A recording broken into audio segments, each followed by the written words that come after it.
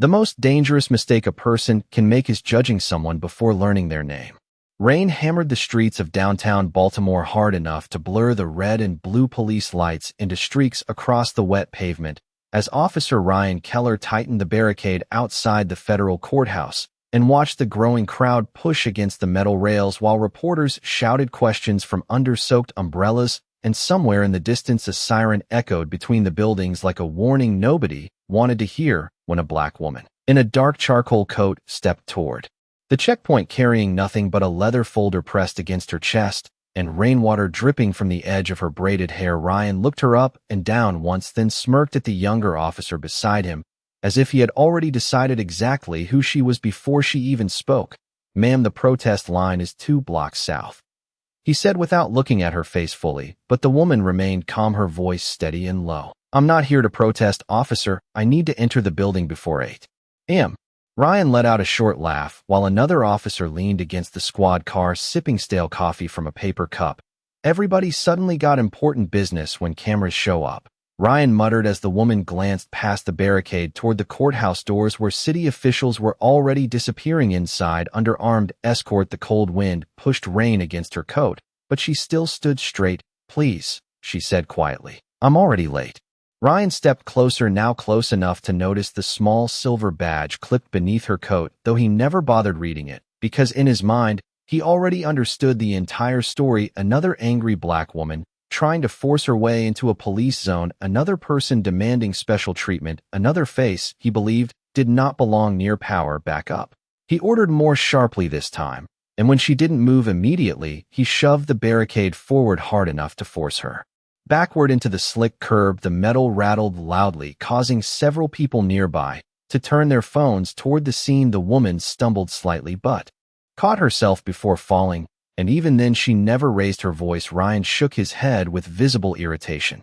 "You people always think rules don't apply to you," he snapped, and the sentence hung in the freezing morning air heavier than the rain itself, because deep down everyone standing there understood exactly what he meant. The woman slowly bent down to retrieve the leather folder that had slipped from her hands, papers soaked at the corners from dirty street water, while camera flashes popped from across the sidewalk, and someone in the crowd whispered, "Man, that's messed up."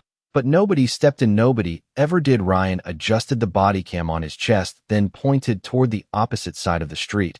"Move before I move you myself," he warned, but before the woman could answer, a sharp cry suddenly cut through the noise nearby. A little boy no older than 8 was crouched beside the barricade, gasping for air, panic spreading across his face as his mother frantically searched through her purse for an inhaler. And without hesitation, the woman Ryan had just humiliated immediately crossed the puddled sidewalk and knelt beside the trembling child. Rain soaked through her coat as she wrapped one arm gently around the boy's shoulders and spoke softly enough that only he could hear her. "Look at me, sweetheart. Breathe slow with me, okay? Just like that." The child's shaking gradually eased while the mother mouthed a tearful thank you, yet Ryan only stared with folded arms still, convinced he was in control, until black SUVs suddenly rolled onto the street one after another, their headlights cutting through the rain, and the entire line of officers instantly straightened as the mayor herself stepped out beneath a security umbrella, then froze the second she saw the woman kneeling beside the child in the rain.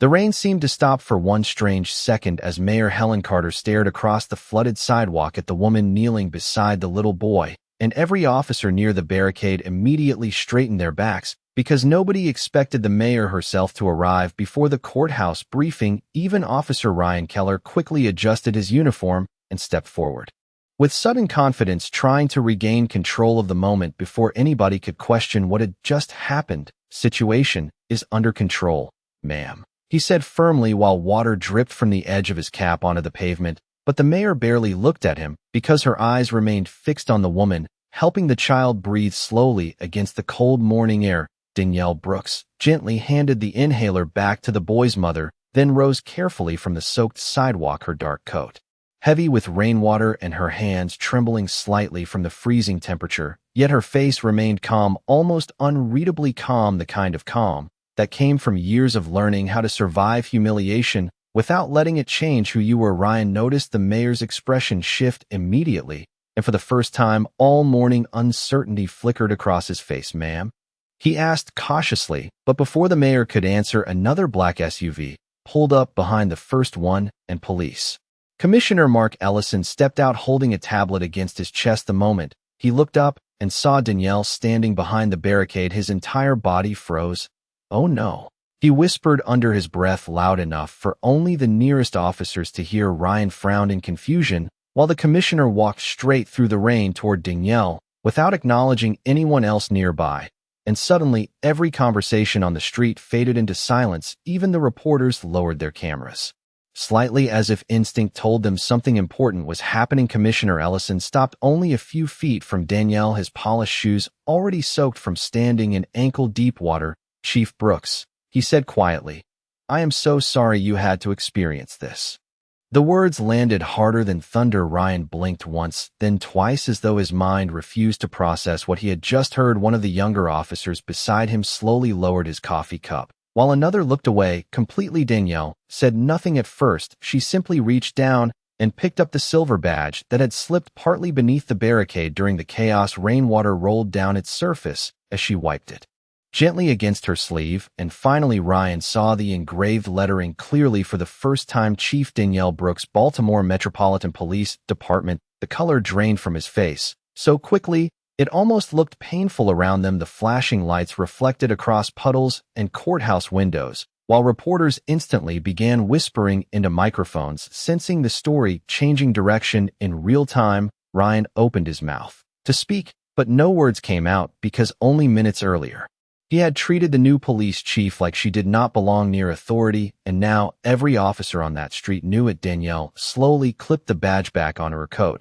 then looked directly at Ryan, not with anger, not with revenge, but with something far worse: disappointment. "Officer Keller," she said softly, "how long have you worn that uniform?" Ryan swallowed hard. 8 years, ma'am."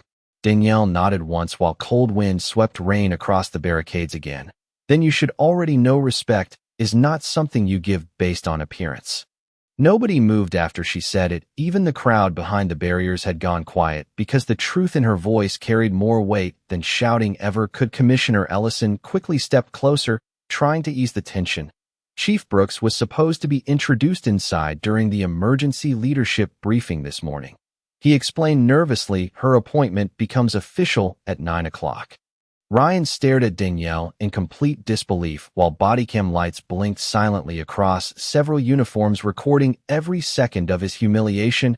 And somewhere behind the crowd, a reporter whispered the words that would soon spread across the entire city: "The woman they pushed outside the courthouse is the new chief of police."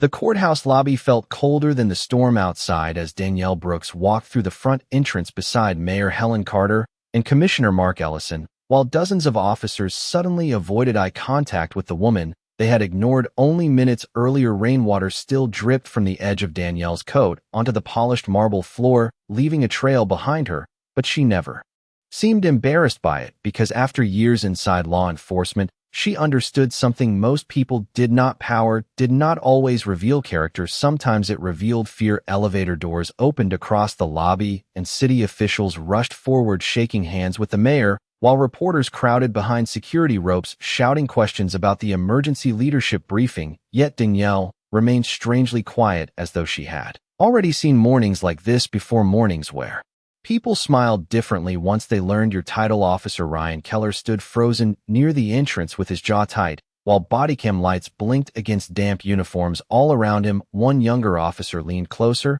and whispered under his breath, "You seriously did not know who she was?" Ryan ignored him completely, but the damage was already spreading across the courthouse faster than the rain outside, because humiliation inside police culture traveled like wildfire. Danielle stepped toward the security checkpoint, where an older courthouse deputy finally cleared his throat nervously. "Chief Brooks, your office is ready upstairs, ma'am."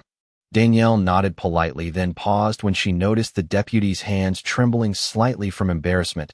"You do not need to be nervous," she told him gently, and somehow that only made the silence around them heavier, because kindness after humiliation always hit harder than anger ever could. Across the lobby, Ryan suddenly forced himself forward. "Chief Brooks," he began awkwardly, his voice rough with panic, "I think there has been a misunderstanding this morning." Danielle turned toward him slowly while courthouse lights reflected across the wet floor between them. She studied his face for several long seconds, not trying to embarrass him, not trying to intimidate him, simply looking at him the way a person looks at someone they are still deciding whether they can trust. A misunderstanding. She repeated calmly. Ryan swallowed hard. Yes, ma'am, the checkpoint was chaotic, and with the protest alerts we were told to expect disruptions. Danielle glanced toward the courthouse windows where protesters still stood behind barricades in the pouring rain, holding signs blurred by water. Then she looked back at Ryan. You did not ask who I was, she said quietly. You decided who I was the moment you saw me.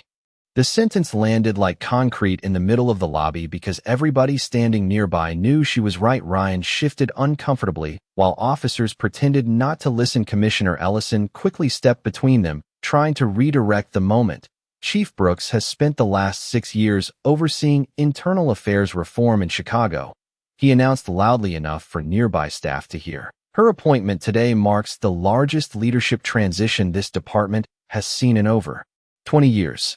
Several city officials nodded respectfully, now suddenly eager to stand near Danielle, as if proximity itself could erase what had happened outside. But Danielle noticed all of it, every nervous smile, every forced handshake, every fake warmth that arrived only after power became visible. Because people rarely reveal their true character when they meet authority, they reveal it when they think authority is absent. Then from somewhere deeper inside the courthouse, an old clock chimed 9 slow times, echoing through the marble halls, and Danielle froze for half a second because 9 o'clock meant her appointment was now official. Officially, she was no longer just a visitor or an incoming administrator. She was now the highest-ranking officer in the entire Baltimore Metropolitan Police Department. The realization visibly unsettled Ryan even more because the woman he had dismissed in the rain now controlled his future, his evaluations, his conduct reviews, perhaps even his career. But Danielle showed no satisfaction in that truth, only exhaustion. She slowly removed her soaked coat, revealing the dark navy uniform beneath it, crisp silver pins polished perfectly despite the storm, and suddenly everyone in the lobby understood she had arrived ready for duty long before anyone else in that building had been ready to respect her. By 9:15 that morning, the entire 7th-floor conference room was filled with city officials, senior detectives, union representatives, and command staff, all waiting beneath the cold fluorescent lights for the emergency leadership briefing. Rain tapped steadily against the tall courthouse windows while coffee steamed from untouched paper cups, and nobody spoke louder than a whisper because tension had already spread through the building faster than any official announcement. Danielle Brooks stood near the far end of the conference table, reviewing a thick stack of department reports, while officers across the room kept glancing toward her, then quickly looking away. Every person there knew what had happened outside, and the silence now felt less like professionalism and more like shame. Officer Ryan Keller remained near the back wall with his hands locked behind him, trying desperately to avoid attention, but every blinking body camera docked on charging stations along the room seemed to remind him that his worst moment had already been recorded from multiple angles. Commissioner Mark Ellison finally cleared his throat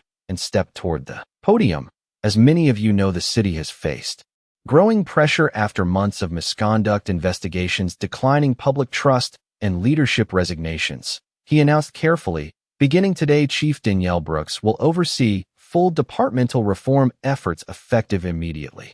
Light applause echoed weakly through the room, but Danielle did not smile. She slowly set the reports down and stepped forward. Instead, her navy uniform crisp beneath the soft courthouse lighting, silver captain bars once worn by her father pinned carefully inside her jacket pocket, though nobody there knew that yet.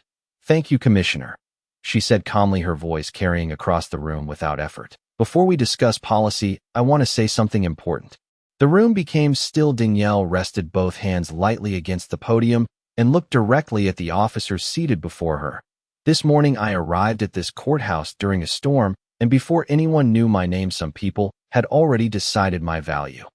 Several officers lowered their eyes immediately. Ryan felt his stomach tighten painfully as Danielle continued. Nobody asked whether I belonged here. Nobody asked why I was coming inside. They only saw a black woman standing near authority and assumed she was a problem. The fluorescent lights hummed softly overhead, while rainwater slid slowly down the courthouse windows behind her. That is exactly why this department is losing public trust, Danielle said quietly. Because too many people believe respect should be earned only after status becomes visible. Nobody interrupted her, not even the union representatives seated along the far wall, because every sentence felt uncomfortably true. Danielle then surprised the room completely by turning toward Ryan instead of humiliating him publicly. "Officer Keller," she said evenly, "would you stand, please?" Ryan hesitated for half a second before slowly rising from his chair. All eyes immediately shifted toward him, while the sound of rain outside seemed louder than before. Danielle studied him calmly, without anger. "How many calls have you answered during your career?" Ryan swallowed hard. "Thousands, Chief." Danielle nodded once. "And how many strangers have you approached before knowing anything about them?" "Every day, Chief." Danielle folded her hands together gently. "Then you understand something most citizens never fully see. Every officer carries enormous power during first impressions." Ryan remained silent. Danielle stepped away from the podium and walked slowly toward the center of the room, her shoes clicking softly against polished tile. "The public does not remember our paperwork," she said. "They remember how we looked at them during their worst moments." Several detectives shifted uncomfortably in their seats while Danielle stopped only a few feet from Ryan. "This morning you saw me before you knew my title," she told him. "That version of your behavior matters more to me than anything that happened after." Ryan's face burned red under the conference room lights because deep down he understood exactly what she meant. Kindness shown only after power is revealed is not respected as fear. Danielle let the silence settle across the room for several long seconds before finally speaking again. "I did not come here to punish people for mistakes," she said softly. "I came here to change a culture that keeps repeating them." Outside, thunder rolled across the city while inside the courthouse nobody moved, because for the first time in years the department was being led by someone who understood both authority and humiliation, and somehow that combination made her far more powerful than anyone in that room expected. The meeting should have ended after Danielle Brooks finished speaking, but nobody in the conference room moved because something deeper than policy had settled over the department that morning, and every officer sitting beneath those fluorescent lights understood they had just witnessed a kind of leadership they were not used to, one built on restraint instead of intimidation. Commissioner Mark Ellison quietly dismissed the room, yet conversations remained hushed as chairs scraped across the polished floor and command staff gathered their folders without meeting Danielle's eyes. Outside the courthouse windows, the storm had finally begun to weaken, thin lines of sunlight breaking through gray clouds over downtown Baltimore. But inside the seventh-floor hallway, tension still clung to the walls, like moisture. Officer Ryan Keller remained standing near the conference room door long after everyone else started leaving, his uniform now dry, but somehow heavier than before, because humiliation stayed with a person long after the rain stopped. Danielle collected several files from the podium and began walking toward her new office at the end of the corridor when she heard footsteps behind her. "Chief Brooks," Ryan called out carefully, his voice lower, now stripped of the arrogance he carried earlier. That morning, Danielle stopped beside a tall courthouse window overlooking the crowded street below, where traffic crawled through wet intersections and reporters still gathered near police barricades. She turned slowly toward him, but said nothing. Ryan looked exhausted, the kind of exhaustion that comes when somebody is forced to confront a version of themselves they no longer recognize. "I owe you an apology," he finally admitted quietly. Danielle studied him for a moment, while soft sunlight reflected against the glass behind her. "For which part?" she asked calmly. Ryan opened his mouth, then hesitated because the question was harder than he expected. He could apologize for the public embarrassment or the assumptions or the disrespect, but deep down he knew the real damage came from something much older than one bad morning. "I judged you before I knew anything about you," he admitted at last. Danielle nodded once, but her expression never changed. "Most people do," she replied. Ryan lowered his eyes, ashamed by how true the statement sounded coming from her. "That does not make it acceptable," she added softly. The hallway fell silent, except for distant elevator bells echoing through the courthouse. Danielle glanced toward the framed photographs lining the walls, portraits of former police chiefs, nearly every face white, nearly every expression cold and formal. "My father wore this badge for 23 years, she said quietly. Ryan looked up, surprised. Danielle folded her arms gently, as though protecting an old memory from the cold. "He came home every night believing this department could become something better even after People inside it treated him like he had to earn basic respect every single day. Ryan listened carefully, now no longer defensive, because for the first time all morning he understood this was not only about him, it was about years of invisible humiliation repeated so often it became normal. Danielle looked back out the window at the city below. When I was 12 years old, I asked my father why he stayed in a job where people doubted him constantly. Her voice softened slightly. Do you know what he told me? Ryan shook his head. Danielle smiled faintly, though sadness lingered behind it. He said if good people leave broken systems behind, then only broken people remain to run them. The words hit Ryan harder than any punishment could have, because suddenly the uniform he wore no longer felt like protection, it felt like responsibility, and for the first time in years he realized he had forgotten the difference. Danielle finally turned toward him fully, now the afternoon light catching the silver badge on her chest. Officer Keller, I am not interested in humiliating you, she said calmly. I am interested in whether you are capable of changing. Ryan swallowed hard while somewhere downstairs reporters shouted questions near the courthouse entrance and cameras continued flashing against wet pavement. I want to change, he admitted quietly. Danielle held his gaze for several seconds, then handed him one of the thick misconduct review folders from her stack. Good, she said, because your first assignment starts now. Ryan looked down at the folder title and his chest tightened immediately. Internal Bias Complaints Division, and as he slowly opened the first page, he realized every case inside involved officers who once believed respect only belonged to certain people, until one day they were finally forced to see themselves clearly. The rain had finally stopped by late afternoon, but the city still looked washed in gray as Danielle Brooks stood alone inside her new office on the 14th floor overlooking downtown Baltimore. The windows stretched nearly from floor to ceiling, and beyond the glass traffic crawled through wet streets, while distant sirens drifted softly through the air like echoes from another lifetime. Cardboard boxes filled with transition paperwork remained unopened near the wall, yet Danielle ignored all of it because her attention stayed fixed on one small object resting carefully in her hands, an old silver police badge scratched along the edges from years of use. The badge once belonged to her father, Marcus Brooks, and even after all these years, she still remembered the sound it made when he placed it on the kitchen counter every night after work, heavy, steady, familiar, like proof that dignity could survive even in difficult places. Sunlight slowly pushed through the fading clouds, casting pale gold reflections across the office. While Danielle lowered herself into the chair behind the chief's desk for the first time, she ran her fingers gently across the worn badge number, then closed her eyes as memories returned with painful clarity. She remembered being 10 years old, sitting inside the back row of a crowded church during her father's retirement ceremony, while white officers shook his hand and praised his service publicly, even though she had overheard many of those same men mock him privately years earlier. She remembered the exhaustion in his eyes when he came home after 12-hour shifts where he constantly had to prove he belonged in rooms where respect was freely given to others. She remembered the night he sat beside her after she came home crying because a teacher accused her of cheating simply because her grades were too high.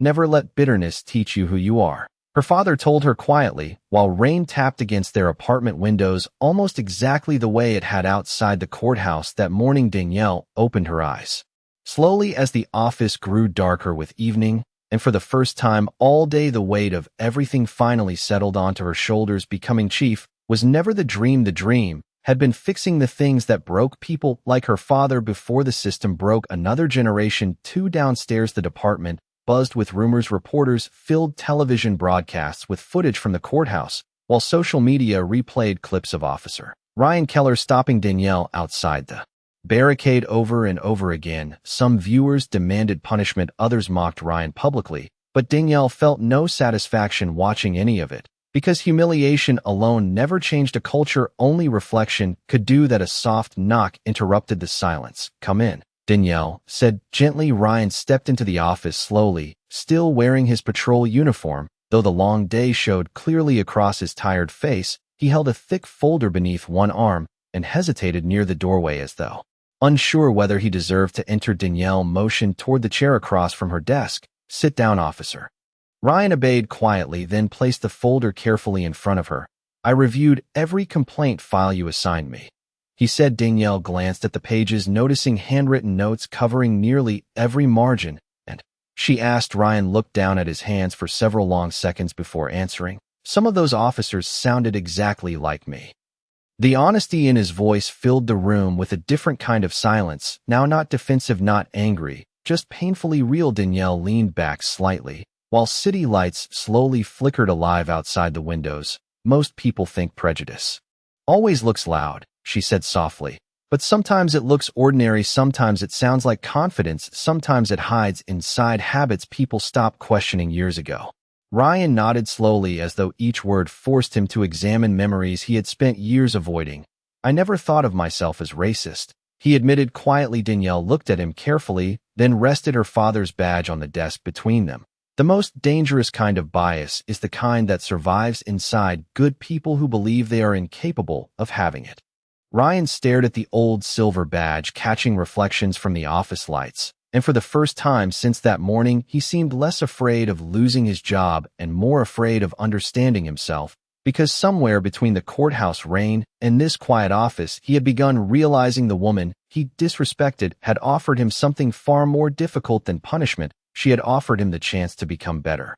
The next morning, the Baltimore Metropolitan Police headquarters looked different somehow as pale winter sunlight spilled across the glass entrance, and officers moved through security checkpoints with unusual quietness, because everyone in the building had already seen the footage from the courthouse by now. Every patrol division, every detective unit, every dispatch office, people replayed the same moment again and again. The moment officer Ryan Keller realized the black woman he dismissed in the rain was now the highest-ranking officer in the department. But what surprised people even more was what happened afterward, because Chief Danielle Brooks had not suspended him publicly, had not screamed at him, had not destroyed his career the way many expected. Instead, she assigned him to the Internal Bias Complaints Division and forced him to confront stories nobody in the department liked. Discussing, Ryan sat alone inside the review office on the third floor, surrounded by thick folders stacked across a metal desk while fluorescent lights buzzed overhead. He had spent nearly 12 straight hours reading complaints filed by citizens over the last decade, complaints describing dismissive traffic stops, humiliating encounters,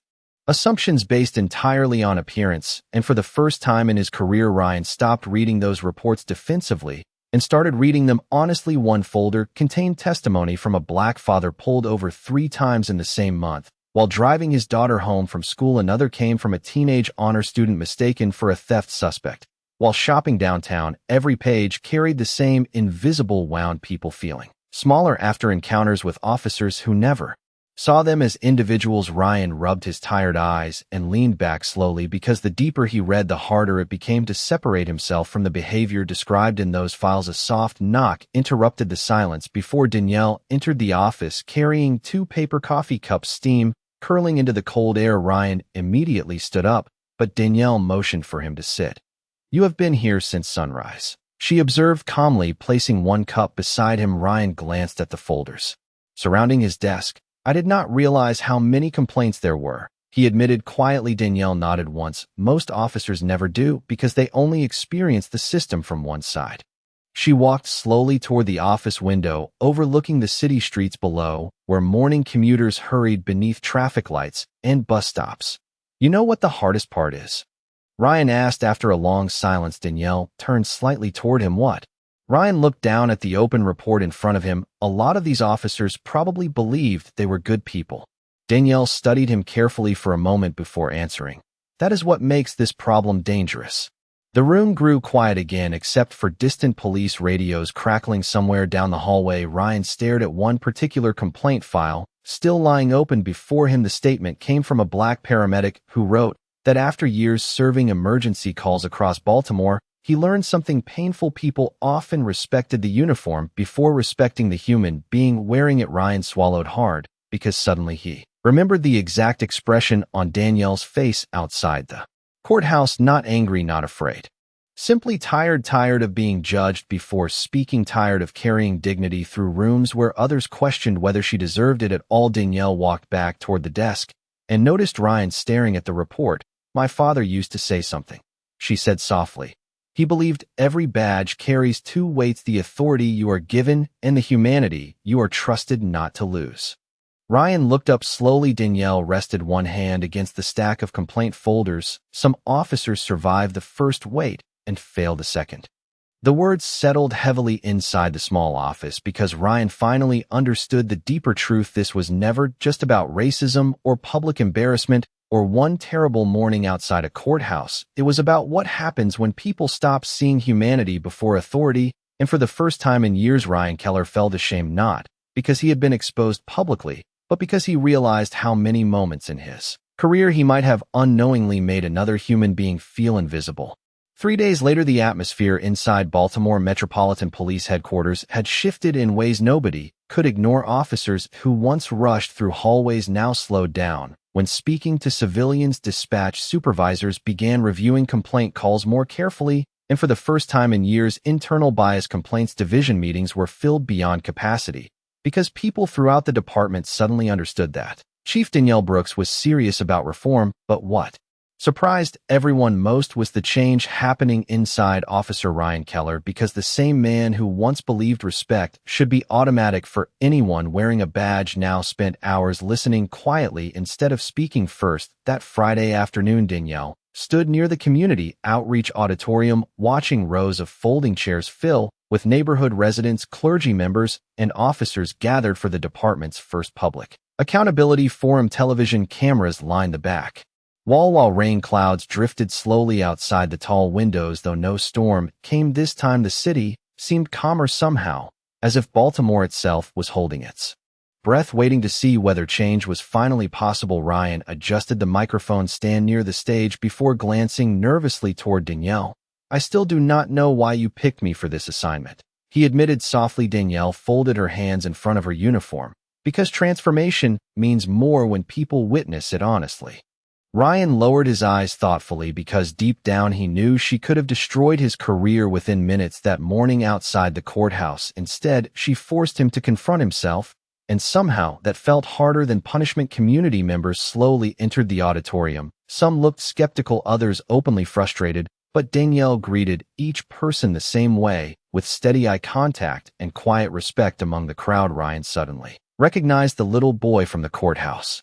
Standing beside his mother near the second row, the child smiled shyly when he noticed Danielle, and she smiled gently back. Ryan felt his chest tighten unexpectedly, remembering how quickly Danielle had helped that frightened child, even while being publicly humiliated herself. The memory no longer embarrassed him the way it once had. Now it exposed the kind of humanity he realized he had stopped noticing in people. Danielle stepped onto the stage as conversations faded into silence beneath the warm auditorium lights. This department cannot ask the public for trust while refusing to examine ourselves honestly, she began calmly. Real accountability begins with listening, especially when the truth feels uncomfortable.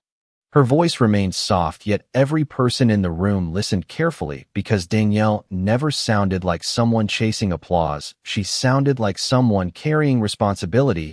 After several community speakers shared painful experiences involving disrespectful encounters with officers, the room grew emotionally heavy. Ryan sat quietly near the edge of the stage, absorbing every story, until finally an older black veteran stood slowly from the audience, holding a folded newspaper in his weathered hands. "Chief Brooks," the man said carefully, "I knew your father." Danielle froze slightly while the room became silent again. "Marcus Brooks saved my son during a warehouse fire back in 1998. The man continued, "Most people never heard about it because your father did not care about headlines." Danielle's eyes softened with emotion, but she remained composed. "He used to say courage means protecting people even when nobody rewards you for it." The veteran nodded slowly before looking toward Ryan seated nearby. "Your father also told me something else," the man added while unfolding the newspaper clipping in his hands. "He said the badge only matters if the person wearing it remembers everybody's humanity." Ryan stared down at the floor as the words settled heavily across the auditorium, because suddenly he understood why Danielle never chose revenge. She was protecting something bigger than pride. She was protecting the meaning of the badge itself. After the meeting ended, people slowly approached the stage, speaking more openly with officers than they had in years. And as the crowd finally began leaving, Ryan walked quietly toward Danielle, holding the old newspaper clipping the veteran had handed him. Earlier, there was a photograph of Marcus Brooks smiling beside fellow officers decades ago, though even in the faded black and white image, Ryan could already see the exhaustion hidden behind his eyes. Your father sounds like he was an incredible man, Ryan said sincerely. Danielle looked at the photo for a long moment before answering. He spent his whole life trying to teach people that authority, without compassion, eventually destroys itself. Ryan nodded slowly, then handed the clipping back to her. I think I am finally starting to understand what he meant. Danielle looked at him carefully beneath the soft auditorium lights, and for the first time since the courthouse incident, she saw not fear in Ryan Keller's expression, but humility, and that mattered far more. 2 months later, the city looked brighter somehow as spring sunlight reflected across the harbor and warm air drifted through downtown Baltimore, carrying the sound of traffic, construction crews, and distant music from street vendors outside police headquarters. The atmosphere had changed in quieter ways too. Community complaint numbers had begun falling. Officers were attending listening sessions voluntarily, and for the first time in years, local news stations were reporting cautious optimism instead of outrage. None of it happened overnight, and none of it happened perfectly, but people could feel the difference because respect once forced through fear was slowly being replaced by accountability built through humanity. Inside the 14th floor office, Danielle Brooks stood near the window watching morning lights spill across the city.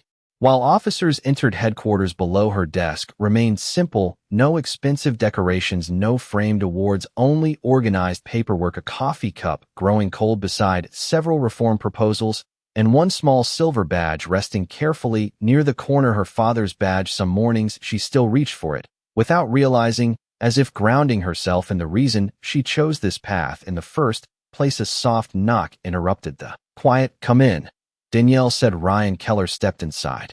Wearing a plain navy suit instead of his patrol uniform, now reassigned officially to community relations and accountability training, he carried a folder beneath one arm, though his posture looked different these days, less rigid, less defensive, like a man no longer trying to prove authority every second of the day.